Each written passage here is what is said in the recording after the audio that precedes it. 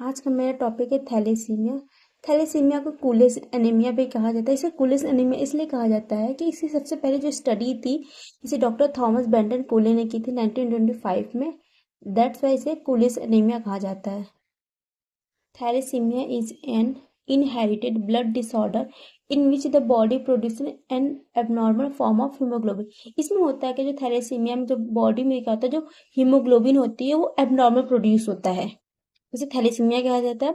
ये autosomal recessive disorder होता है।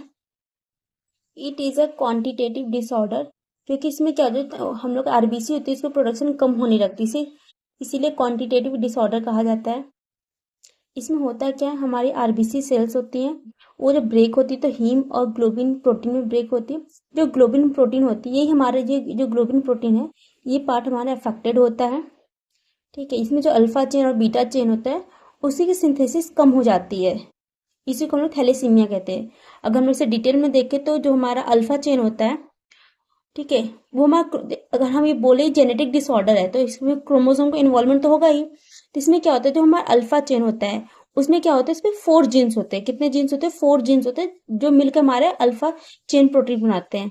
और बीटा चेन में क्या होता है, बीटा चेन क्रोमोसोम नंबर 11 पे होता है, इसमें 2 जीन होते हैं, 2 जीन के बनने से हमारा क्या होता है, बीटा चेन प्रोटीन बनता है। अगर यही जीन जो होता है कि इनकी मिसिंग होने की वजह से क्या होता है, हमारा थैलेसीमिया डिजीज अकर होता है। अब हम अल्फा थैलेसीमिया पढ़ेंगे। अल्फा थैलेसीमिया में क्या होता है, जो हमारा अल्फा चेन होता है, अल्फा चेन प्रोटीन होता है, उसमें हम लोग पहले ही पढ़े थे कि उसमें 4 जीन्स होते हैं। जब वो जीन जो मिसिंग होते हैं, अफेक्टेड होते हैं, उनकी वजह से ये डिजीज अकर होती है।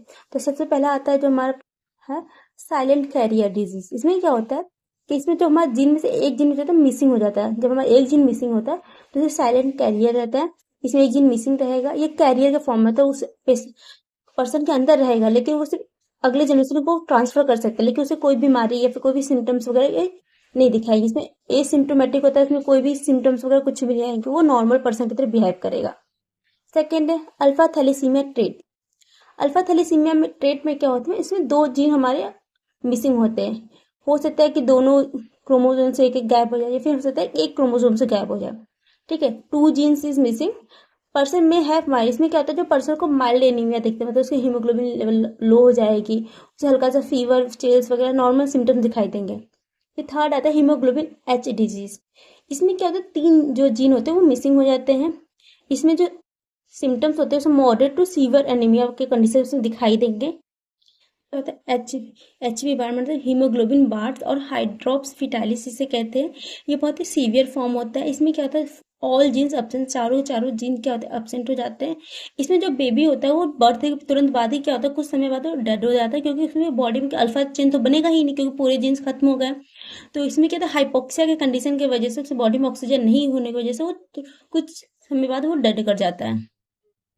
अब आते हैं बीटा थैलेसीमिया। बीटा थैलेसीमिया जिसे हमने पढ़ा, इसमें अगर जो हमारा बीटा चेन होता है, बीटा चेन प्रोटीन होता है, वो अफेक्टेड होता है। हमारे बीटा चेन में क्या होता है, 2 जीन से मिलकर हमारा बीटा चेन बनाता है। तो अभी इसमें क्या होता है, फर्स्ट आता है थैलेसीमिया माइनर। थैलेसीमिया माइनर में क्या होता है, एक जीन जो होती है वो अफेक्टेड हो जाती है, एक जीन मिसिंग हो जाता है। इसे कैरियर फॉर्म में कहते हैं, मतलब वो सिर्फ ट्रांसफर करे, उसके अंदर कोई भी सिम्टम असिम्टोमेटिक, उसके अंदर कोई भी सिम्टम्स वगैरह कुछ भी नहीं दिखाई देंगे। सेकेंड आता है थैलेसीमिया इंटरमीडिया।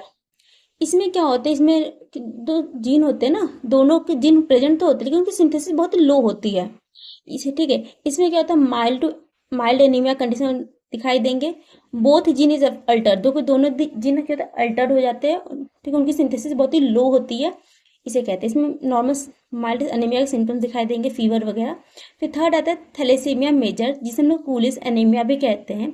इसमें क्या होता है, कोई भी जीन सिंथेसिस नहीं होती है, ये सीवियर एनीमिया कंडीशन दिखाई देती है।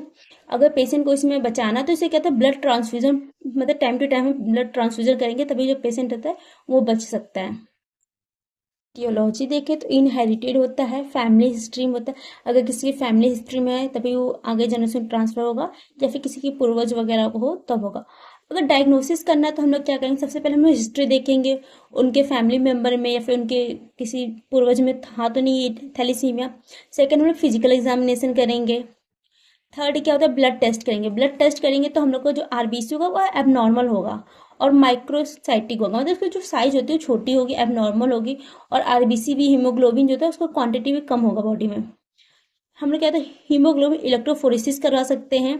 इससे हम लोग के बॉडी में पता चल जाएगा हीमोग्लोबिन कोई भी दिक्कत वगैरह तो नहीं है।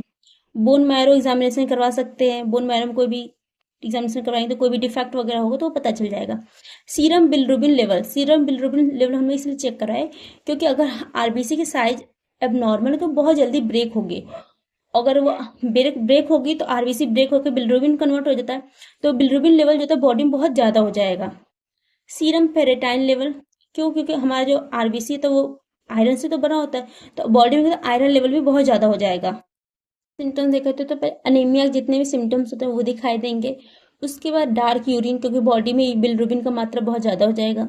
बॉडी में येलो और पेल स्किन हो जाएगी बिलिरुबिन की वजह से। स्प्लीनोमेगैली, स्प्लीनोमेगैली इसलिए होगा क्योंकि जो आरबीसी बहुत जल्दी ब्रेक, जो नॉर्मल जो लाइफ स्पैन होती है 120 डेज होती है, लेकिन वो एबनॉर्मल होने की वजह से ये बहुत जल्दी ब्रेक होगा।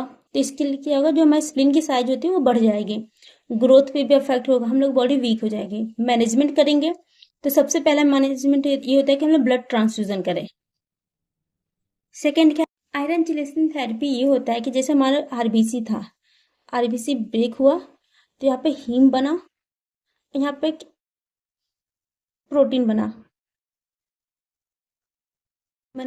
प्रोटीन बना, तो हमारे प्रोटीन में इफेक्ट है, ये हमारे अब नॉर्मल हो रहा है, लेकिन हीम तो हमारा नॉर्मल प्रोडक्ट हो रहा है।